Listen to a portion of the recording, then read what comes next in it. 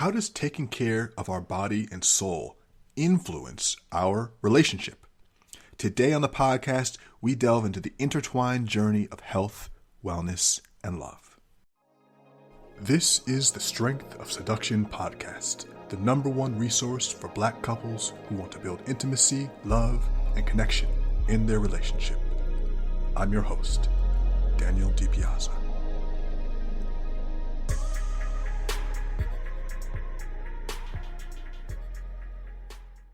Welcome back to the Strength of Seduction podcast, the #1 resource for Black couples who want to build intimacy, love, and connection in their marriage. I'm your host, Daniel DiPiazza. We have an enlightening episode ahead, diving real deep into the soul of a relationship, and specifically how health and wellness affect that relationship. But before we dive in, I want to share with you more about something really special we're cooking up here at Strength of Seduction. It's called Love and Legacy. Now, I want you to imagine waking up in the morning and knowing that everything in your life and relationship is falling into place. It's going better than ever. Your marriage is full of intimacy and connection and good sex. Your family is happy and secure. You and your partner are both on positive personal growth paths. You're improving your physical health, your mental health, your mindset, your money, and you're enjoying growth in that relationship, that marriage because of it. And together, it truly feels that you're unstoppable. This is the vision I want you to paint for yourself. Now, if you want that vision to become a reality, listen up.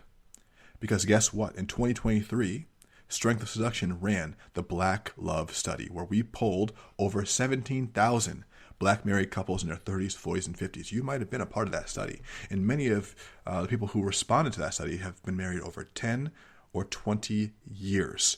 And the most common trait of the happy, successful partnership in this study was not that these couples spent the most time to improve their marriage. It was not that they spent the most time in couples counseling. The truth is actually much more selfish than that. The most common trait of happy, fulfilling marriages is happy and fulfilled individuals. When both partners actively pursue personal growth, the marriage benefits tremendously, even though it's a, quote, selfish act. And as couples grow strong independently, they grow much stronger together. That bond really forms. And we decided to take everything we learned from our research and apply it to the real world. And the result of that is called Love and Legacy. Love and Legacy is a transformational 90-day mentorship program meticulously crafted for Black couples in their 30s, 40s, and 50s who are committed to elevating their relationship and personal lives to unprecedented heights. Love and Legacy is much more than just relationship advice, okay?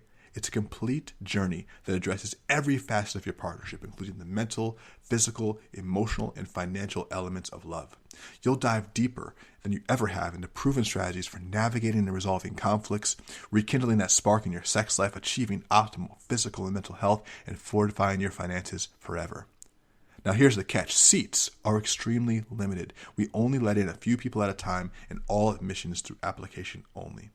So if you're a Black married couple seeking to enhance every dimension of your relationship and you're dedicated to making profound changes in just 90 days, Love and Legacy is your pathway to a brighter, more fulfilling future together. Visit www.strengthofseduction.com/legacy to fill out the application form and see if you qualify for an admissions call with one of our coaches. That's www.strengthofseduction.com/legacy to apply. Now, let's jump into today's episode. Today, we are talking about how health and wellness affects your relationship. And let's talk first about physical health and its impact on your relationship. The connection between physical well-being and emotional intimacy is obvious and it's huge to me.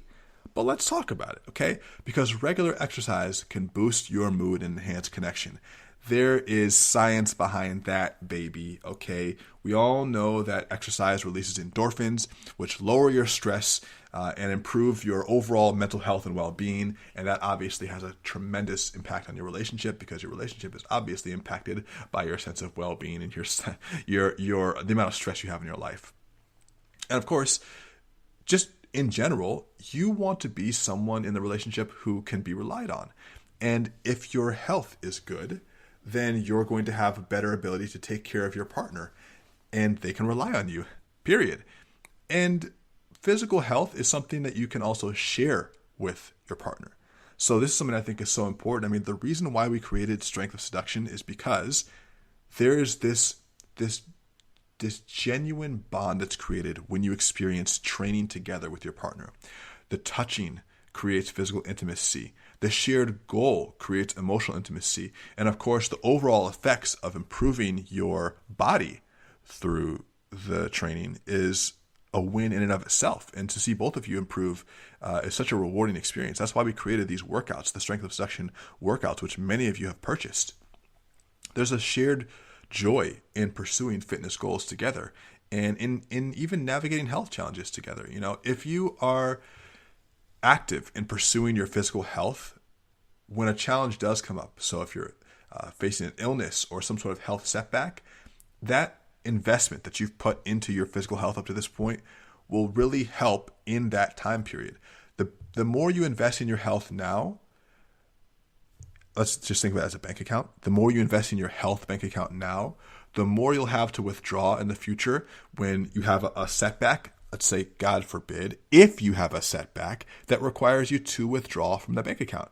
When you're making deposits in that bank account every single day, you have something to withdraw. You have a robust health account to pull from. When you're either not making any deposits or you're withdrawing from that account more than you're depositing into it on a weekly, monthly, yearly basis, we're talking about your health account. Well, guess what? If a big withdrawal comes, you're going to be in the negative. So if you're constantly not treating your body right and not giving it what it needs, or you're not really pursuing physical health, if ever a challenge comes, you're going to be more at odds with that.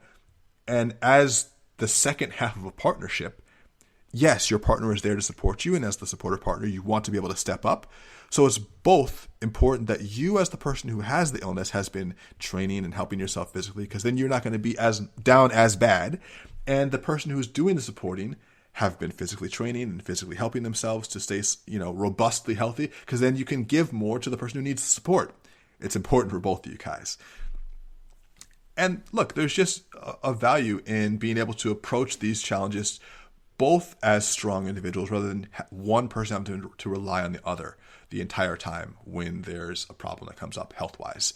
And that just, look, part of it, guys, it comes down to adopting a healthy and balanced, nutritious diet, exploring healthy recipes and cooking them together, understanding you guys might have different health needs. So like, for instance, my wife pretty much has an alcohol allergy. I mean, she basically can't drink it, or there has to be a lot of like preparation in order to drink it. But we've adapted to that. And honestly, I don't drink at all anymore, which has basically improved my health. If your spouse has something like a peanut allergy, well, that's super important to know because they could die. But it could just be things like they're having sensitivities to lactose, or you find that there's certain foods that you don't do well with, or you just find that you're eating too much sugar. Just being aware of these things in each other's lives and being able to communicate that and adopting a more balanced, nutritious diet is so important.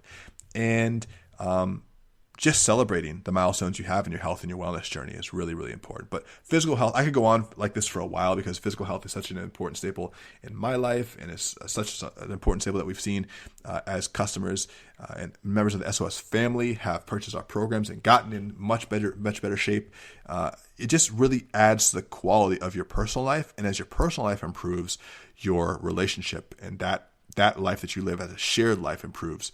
So physical health has a huge impact on it. Now let's talk about emotional and mental well-being in relationships, how it contributes to that relationship.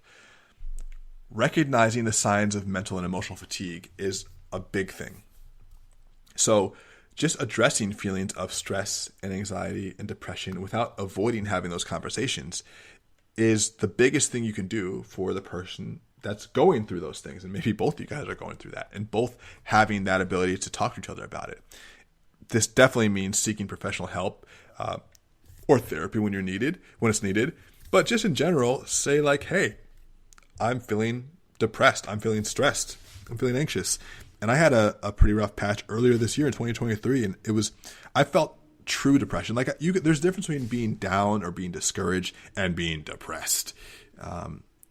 And probably if you were to talk to an actual therapist, a licensed clinician, or a psychologist, they would have a very clinical definition of depression. But I'm just telling from my own layman's perspective, this year I was going through a bout of depression where every day I woke up and I just was not feeling good about my life. What was interesting is that Sarah was able to really step up in that time and really help me through that.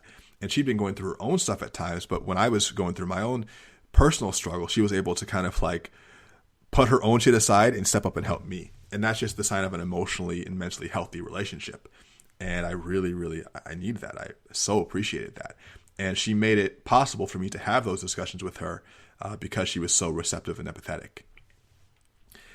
In the relationship, it's so great to just practice mindfulness and meditation. This is why if you purchase any of our Strength of Seduction stuff, you might have seen this, but we have couples meditations. And I don't know if you've explored relaxation techniques for stress relief or any type of meditation, whether it's with yourself or with your spouse, but it's so useful. One thing you might want to look up, if you look on YouTube, you can look for Eric Huberman, E-R-I-K Huberman, and you can look for non-sleep deep rest, NSDR. And basically it's basically a meditation which allows you to rest without sleeping. So this is really important. You can look for that, and that will be a big benefit to you. You can just do things like Headspace, which is a meditation app you can use on your phone, or Calm, which is a meditation app you can use on your phone, or you can get one of our couples workouts at Strength of Seduction. These are all options for just using a tool like mindfulness or meditation or prayer to deal with emotional and mental fatigue. Now, these aren't substitutes for getting professional help, but they certainly do help. And when you go to the professional help, they'll probably suggest that you do some of this stuff. And I think that the more emotionally resilient you are as a person, the more emotional resilience you can contribute to your partnership, right? And so, yeah, that's what I got to say about that. Mental and emotional support and well-being in relationships is important. Especially guys, don't bury it. Don't bury it in the backyard like a bone. Like, embrace the challenge, embrace the suck, fully be there with it. Don't run away from it, and let your wife in on it. And same thing with wives to your husbands. Spiritual growth. Let's talk about that. Spiritual health. I strongly believe that exploring shared spiritual beliefs and practices is very healthy for a relationship. Some people listening to this podcast will be Christian, some won't be.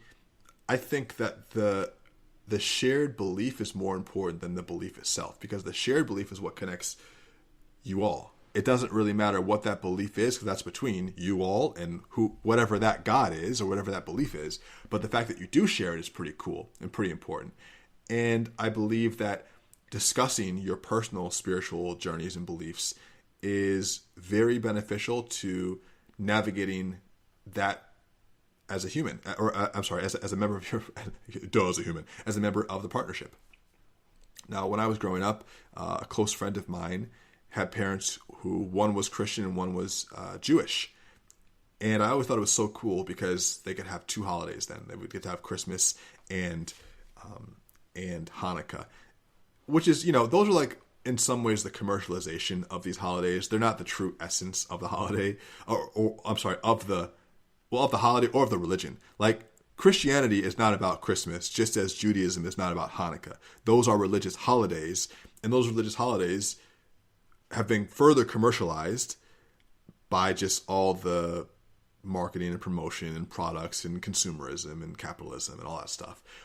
What I found was interesting about those parents was that they were able to come together and they still had a sense of shared spiritual unity, because really, when it comes down to it, life is about love.